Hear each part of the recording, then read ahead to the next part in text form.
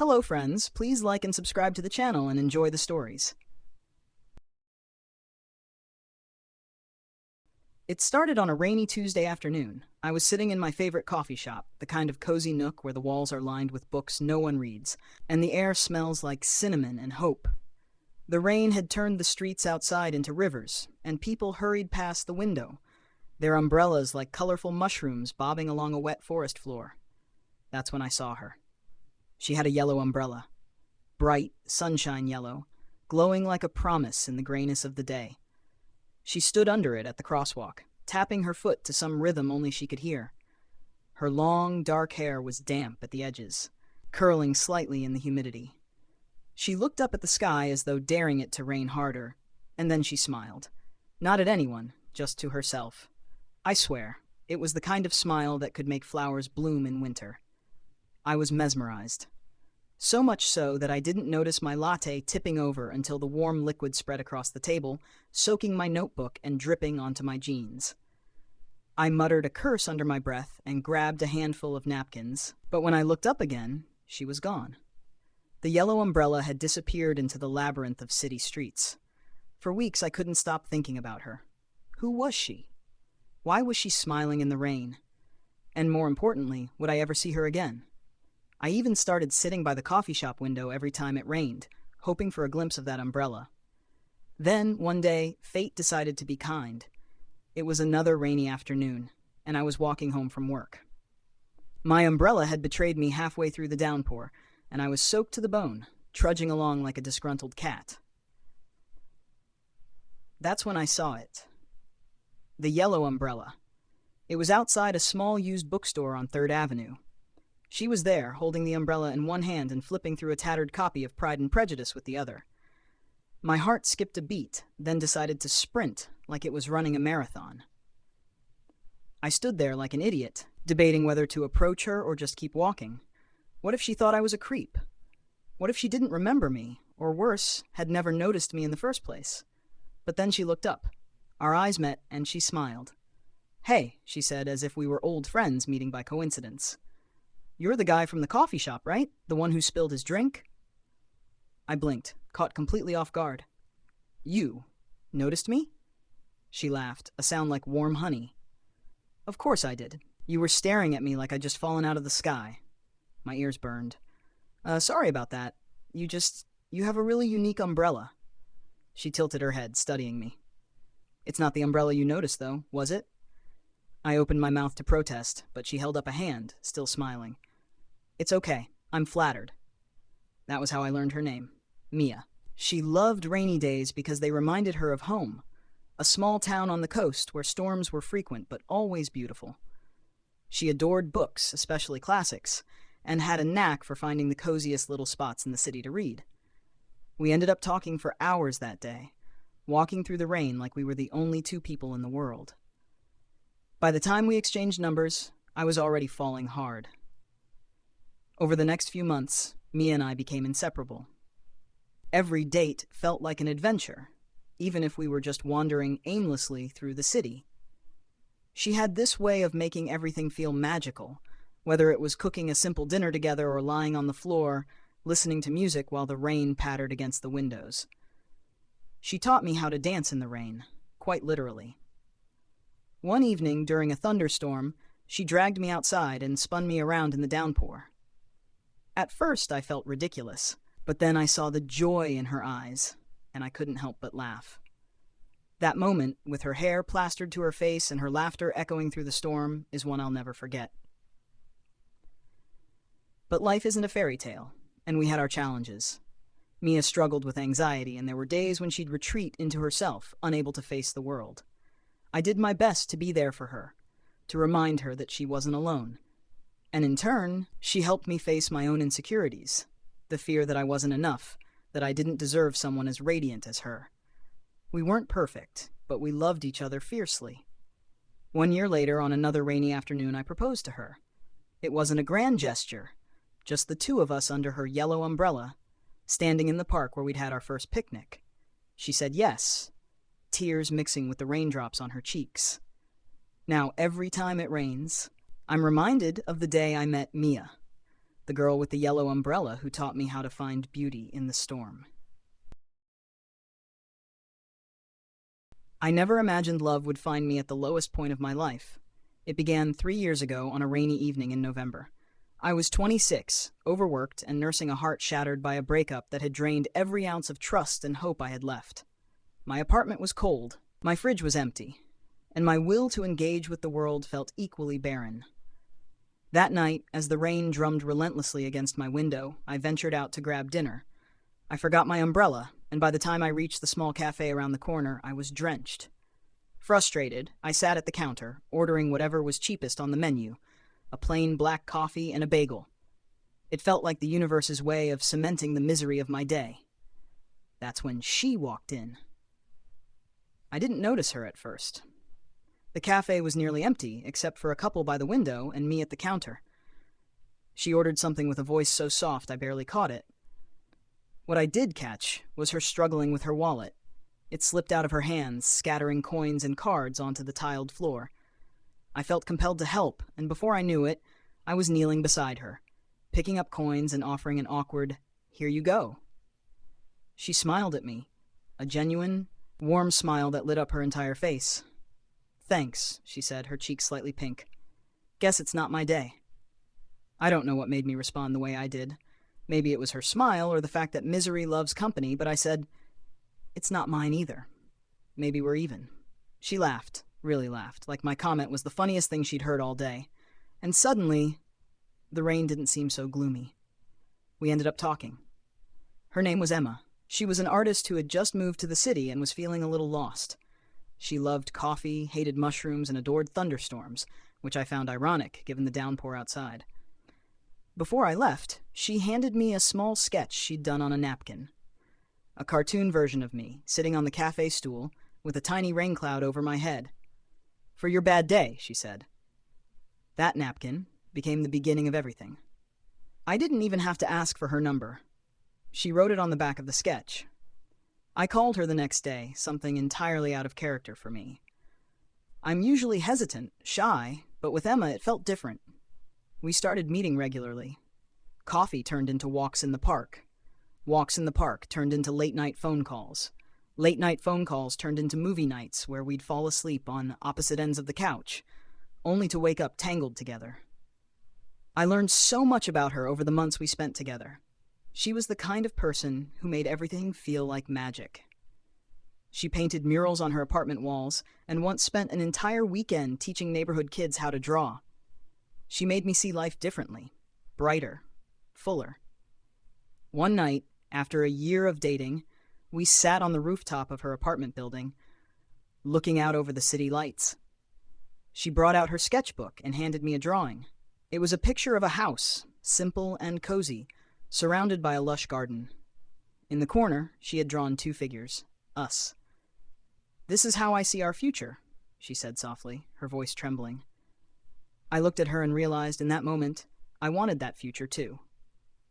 Our relationship wasn't always perfect. We had arguments over small things like where to eat and bigger things like how to balance our busy lives. But Emma had this way of making every fight feel like a step forward, not backward. She'd always say, "Love isn't about being perfect, it's about growing together." 2 years later, I proposed to her at that same cafe where we first met.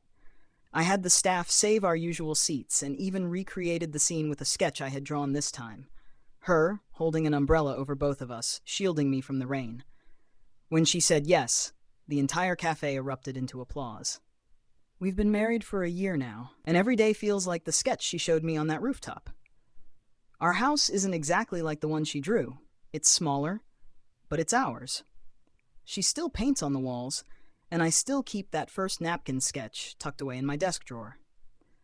Looking back, it amazes me how a single random act of kindness on a rainy night could lead to the happiest chapter of my life.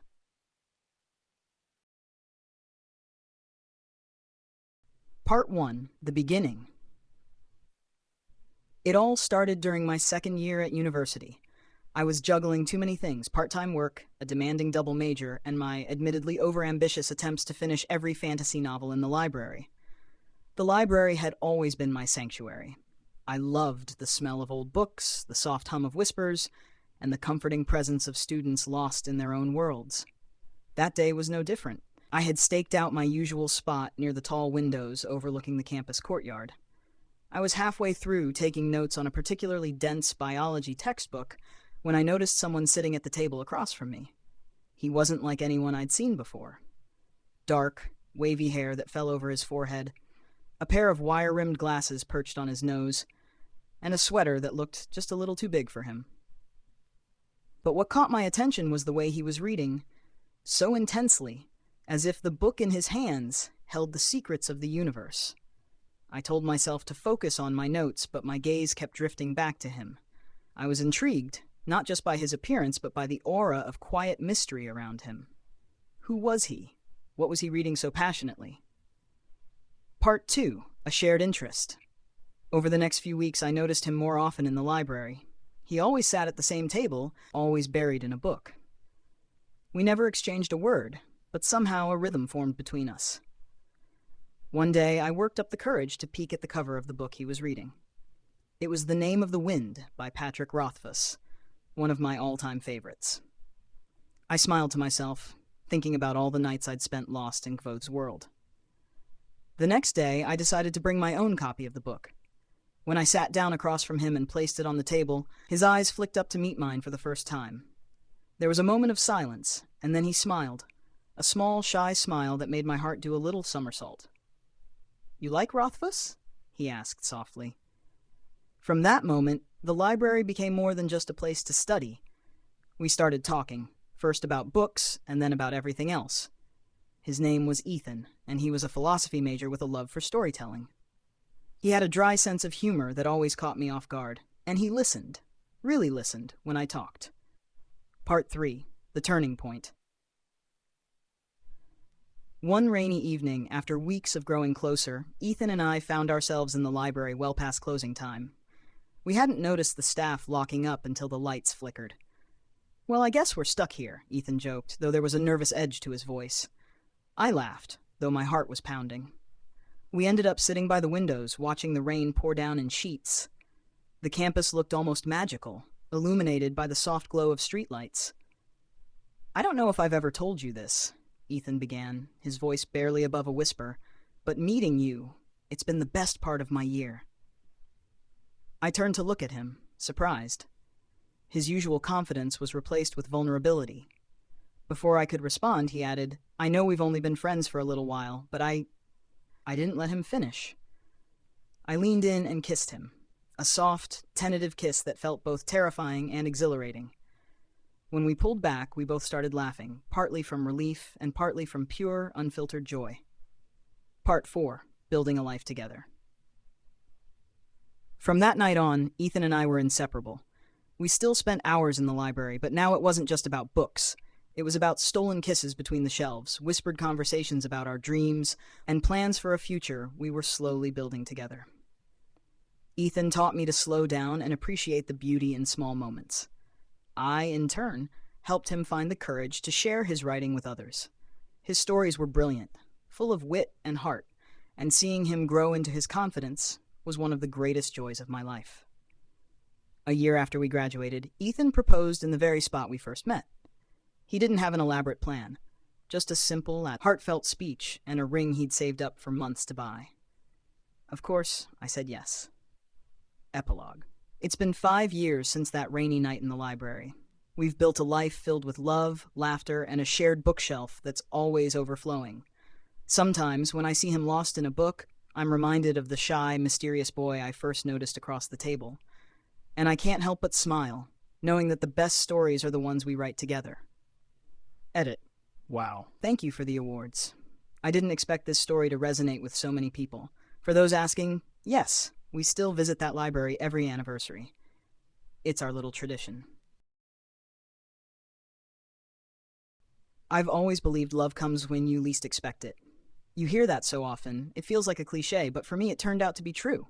I wasn't looking for love. In fact, I was actively avoiding it. Yet there I was, finding it in the most unassuming place. A small cafe on 2nd Street. Part 1. The First Encounter. It was a chilly autumn afternoon when I first stepped into the Daily Grind, a little cafe tucked between a bookstore and a flower shop. I had just moved to the city for work and was still figuring out my way around. The cafe had a cozy vibe, soft lighting, mismatched furniture, and the aroma of freshly brewed coffee wafting through the air.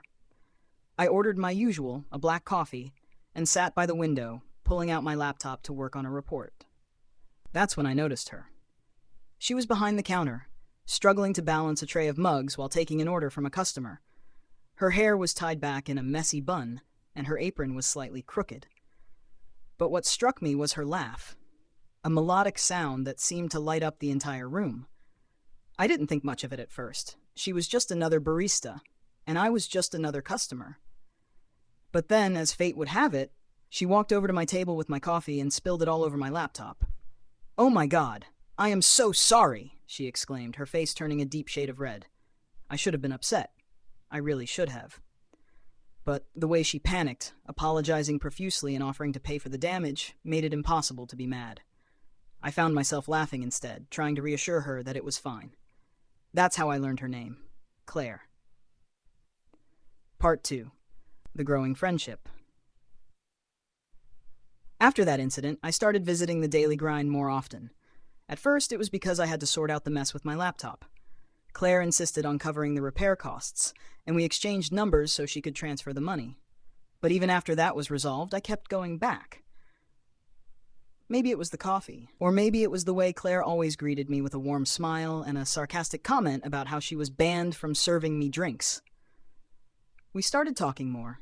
She'd sit with me during her breaks, and we'd chat about everything. Her dream of opening her own bakery, my job as a graphic designer, our mutual love for cheesy rom-coms. It felt easy, natural, like we'd known each other for years. Part 3. The moment everything changed. One evening, just as the cafe was closing, Claire asked if I wanted to try some pastries she'd been experimenting with. I agreed, and we ended up sitting on the counter, sharing mini chocolate tarts and sipping on lukewarm coffee. "Do you ever feel like you're just stuck?" she asked suddenly, staring out the window. I nodded, not sure what to say. "I love baking, but I feel like I'm wasting time here. Like I'm too scared to actually go for what I want," she continued. I don't know what came over me, but I reached out and took her hand. "You're not wasting time," I said. "You're just figuring things out. And that's okay." She looked at me, her eyes shimmering with something I couldn't quite place. For a moment, everything else faded away. The noise of the city, the hum of the coffee machines, the flickering fluorescent lights. It was just us. And then she kissed me. It wasn't a grand, dramatic kiss like in the movies. It was soft, hesitant, like she wasn't sure if this was the right moment, but decided to go for it anyway. Part 4. Building something together. That kiss was the start of something I couldn't have imagined. Claire and I started dating, and life suddenly felt brighter, more colorful.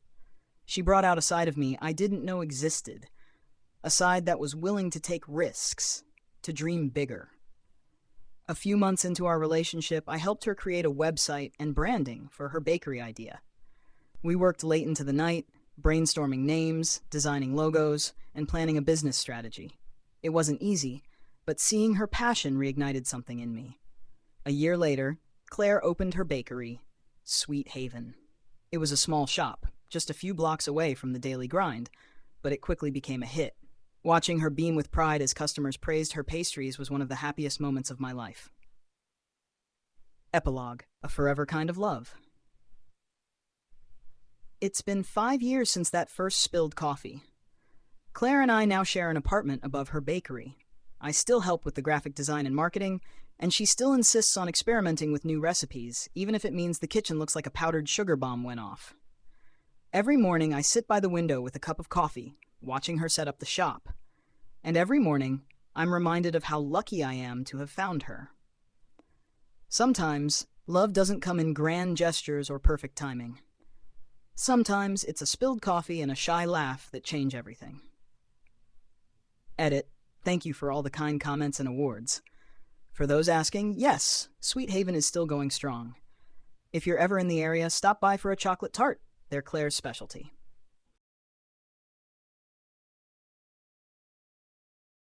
It's funny how life works, isn't it? How things can seem completely ordinary until one day you realize that everything you thought you knew about yourself, about love, about life, was wrong. I didn't believe in soulmates, not until I met Lily. But even then, it took me years to understand that we were always meant to be. Part 1. The Strangers Who Shared a Seat. It all started in the most mundane way. I was on the morning train as usual, headphones in, staring out the window at the city skyline. My usual routine. But that morning, the train was packed and there was no empty seat. I was about to stand in the aisle when I felt a tap on my shoulder. "Is this seat taken?" a voice asked. I turned around, half expecting it to be one of the usual commuters, but it wasn't. She was. Different. There was something about her, a quiet energy that immediately caught my attention. She looked a bit younger than me, maybe in her mid-20s, with dark hair that cascaded over her shoulders, a simple navy blue dress, and a tote bag filled with books. "No," I said, slightly taken aback. "It's free." She smiled, sitting down beside me without a word. She opened her book, a well-worn paperback, and fell into the rhythm of the train. I couldn't help but notice the way she read, as if the world around her didn't exist. I should have said something, but I didn't. Instead, I just sat there, stealing glances at her every few minutes. Part 2. The Silent Routine. For the next few days, she became a regular presence on my morning commute. Same seat, same book, same quiet aura. I began to look forward to the moments when she'd sit next to me, even though we never spoke. One morning, however, she closed her book early and looked out the window. Our eyes met, and I quickly looked away, embarrassed. But then, unexpectedly, she smiled at me. "Hi," she said, her voice soft but warm. "Hi," I responded, almost nervously. "I'm Lily," she said, her tone casual as if we'd known each other for years. "Tom," I replied, suddenly feeling like I'd known her forever. After that, we started talking, small talk at first, about the weather, our favorite authors, the usual stuff. It was harmless, but something about those conversations felt important. Part 3. Words that were never spoken. As the weeks passed, our train rides became something I cherished. We'd chat about everything and nothing. I learned she was an artist, a painter, and that she was working on an exhibition. She learned that I worked as a software developer, spending most of my days in front of a screen, which admittedly didn't sound as exciting. One morning, she told me she was moving to a new apartment. "I've been living in the same place for years," she said, "but I just needed a change. You know how that is, right?" I nodded, even though I didn't. "You ever think about moving? Like, completely starting over?" she asked, her eyes meeting mine in a way that felt a little too vulnerable. I had no idea how to answer. I wasn't someone who liked change, someone who embraced new beginnings. But in that moment, with her sitting beside me, I realized something I hadn't before. Maybe it was time to stop hiding behind routines and comfort zones. "Yeah," I said softly. "I think about it sometimes." Her eyes softened. "Maybe we'll both end up starting something new." Part 4. The day she wasn't there. I'll never forget the day she wasn't on the train. It was a Thursday morning, and the train was its usual chaotic self. I went through the motions, sat down, opened my laptop, but there was something missing. The seat next to me was empty, and for some reason, I couldn't focus. Lily hadn't been there the day before either.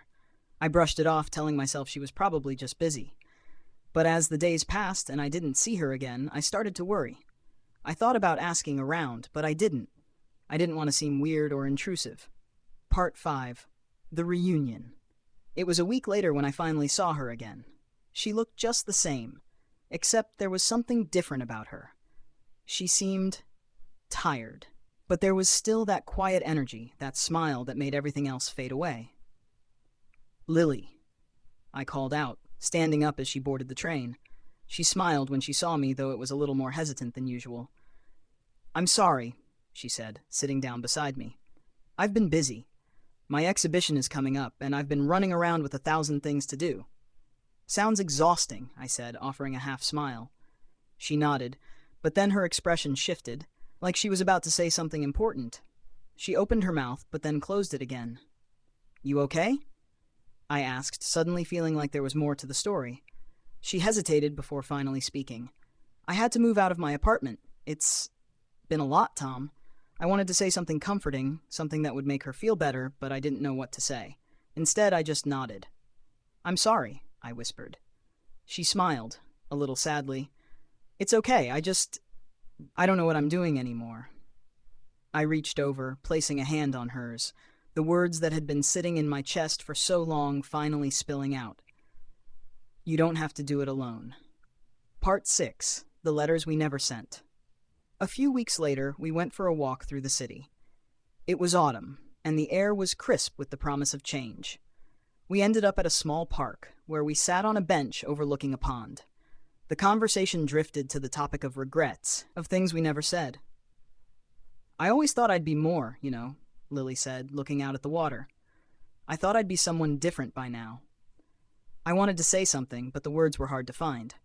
Instead, I took out a notebook from my bag, a habit I developed during our time together, and handed it to her. "You ever written a letter to someone you never sent it to?" I asked. She looked at me, confused. "What do you mean?"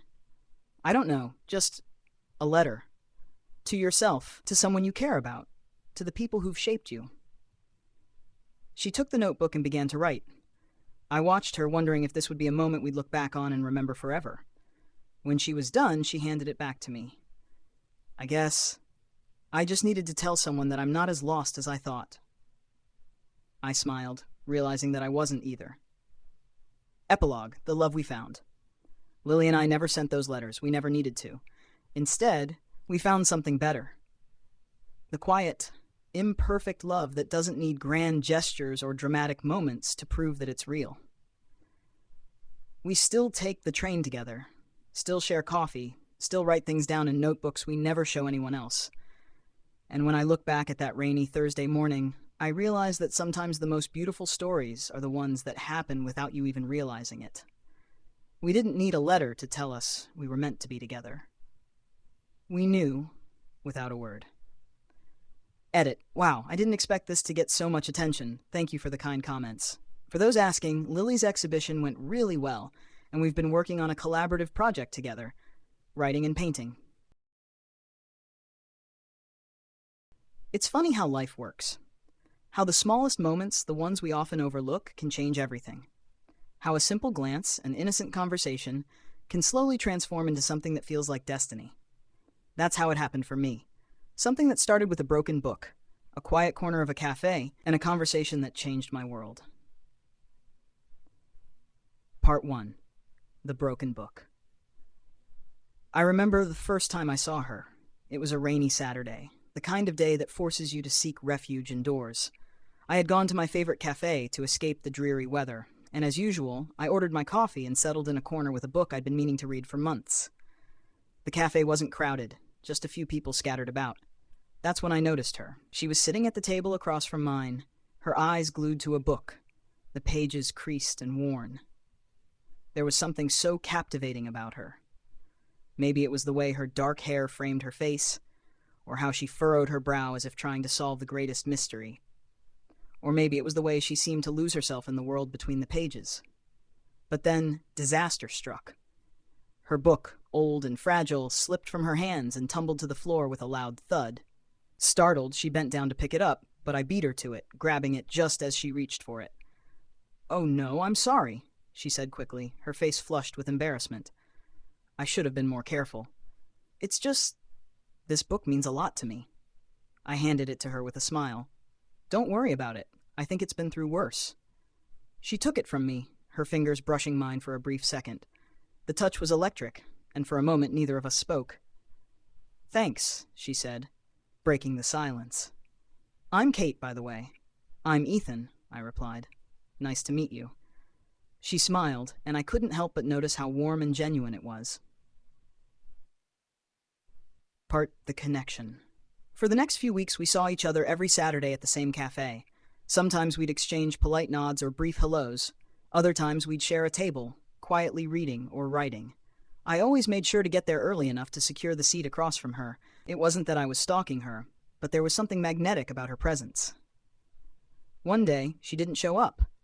I tried to focus on my book, but I couldn't stop thinking about her. Why hadn't she come? Was she okay? The next Saturday, I was relieved to see her walk through the door, her usual book tucked under her arm. But something was different. She looked tired, distracted even. She spotted me and waved, then walked over to my table. "Mind if I join you?" she asked, her voice softer than usual. "Of course," I replied, feeling a strange sense of warmth spread through me. She sat down, placing her book on the table. After a brief pause, she said, "I've been thinking about something all week." "Yeah," I leaned forward, curious. "It's just that we've been seeing each other for weeks now, but we've never really talked, not beyond hello and how are you?" I chuckled. "I've been wondering the same thing." Kate smiled faintly. "So, how about we change that?" And just like that, we spent the next few hours talking about everything and nothing. She told me about her childhood in a small town, her passion for literature, and how she was working on a novel she had been dreaming of publishing for years. "I feel like I'm stuck," she confessed. "Like I know what I want, but I don't know how to get there." I nodded, understanding all too well. I had been stuck in my own life for years, unsure of what I wanted or who I was. But talking to Kate, listening to her talk about her dreams and her struggles, made me realize how much I wanted to be a part of her story. The next few weeks passed in a blur of long conversations, quiet afternoons, and stolen glances. We began meeting outside of the cafe, grabbing lunch, or taking walks in the park. The connection between us grew stronger with each passing day, but neither of us was brave enough to admit it. It wasn't until one rainy evening, months after we first met, that things finally changed. We were sitting in a small restaurant, the glow of candlelight flickering between us, when Kate suddenly reached across the table, her hand trembling slightly. "I think I'm falling for you, Ethan," she said, her voice barely above a whisper. My heart skipped a beat. I had felt it too. The way my chest tightened whenever I saw her, the way my thoughts always seemed to return to her no matter what I was doing. But hearing her say it out loud made everything feel real. "I feel the same way," I admitted, my voice cracking slightly. "I've been terrified to say it, but it's true." She smiled, and in that moment, everything seemed to fall into place. Part 4. Building a life together. From that moment on, everything changed. We were inseparable. Our days were filled with late-night phone calls, shared meals, and endless laughter.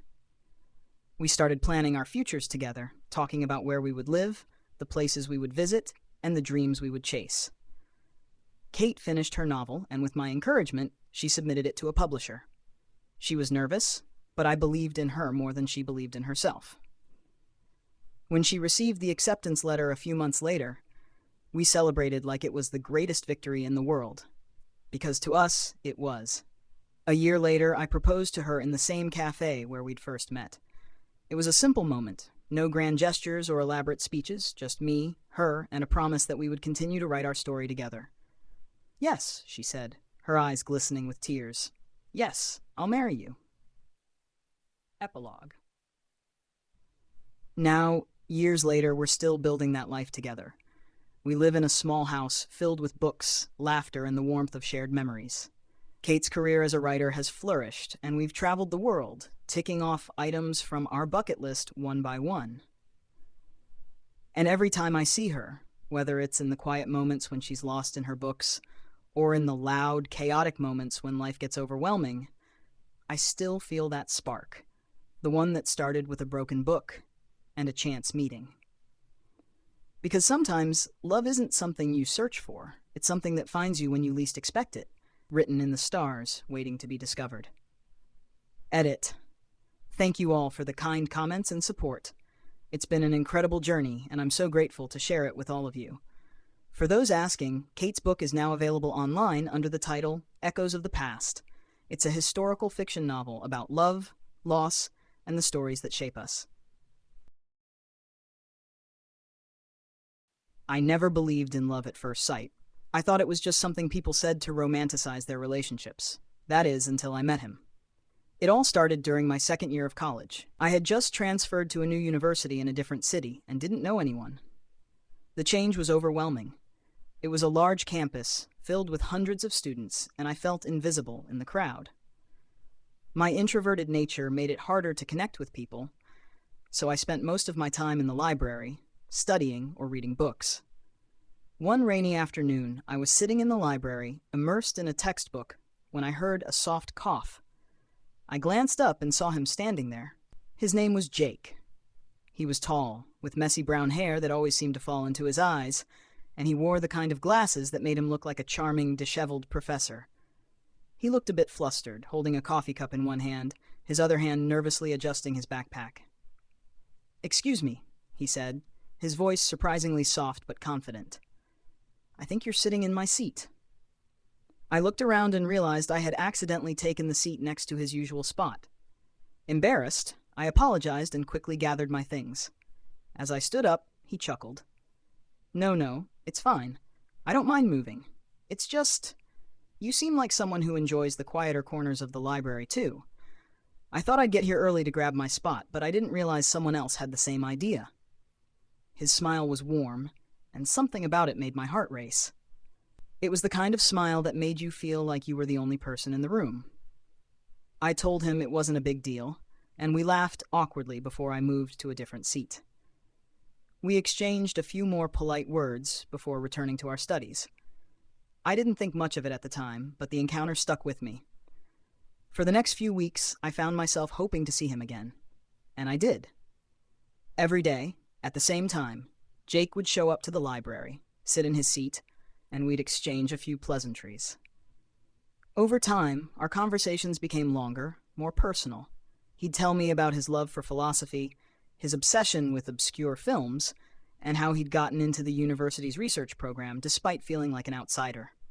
I shared my struggles with fitting in and my insecurities about being in a new environment.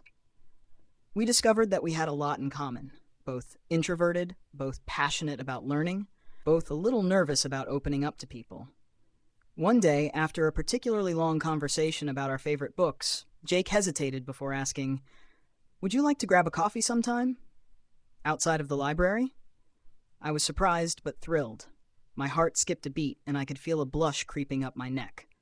I said yes, and we arranged to meet at a nearby cafe the following weekend. That coffee date was the beginning of something I never expected. Jake and I spent hours talking, laughing, and learning more about each other. It felt like we had known each other for years, even though it had only been a couple of months. The way he looked at me, the way he listened intently when I spoke, it was as if he truly cared about who I was. Over the next few months, we grew closer. We spent nearly every weekend together, exploring the city, trying new restaurants, and visiting art galleries. We learned about each other's dreams and fears. Jake had a passion for architecture and wanted to design buildings that would change the world. I, on the other hand, was studying literature and hoped to write a book one day. One evening, as we were sitting on a park bench watching the sunset, Jake turned to me with a serious look in his eyes. "I've been thinking a lot lately," he said, "about us and about what I want in life. And honestly, I think I've found it. It's you." My heart skipped a beat. I felt a mix of excitement and fear, unsure of how to respond. Jake continued, his voice steady.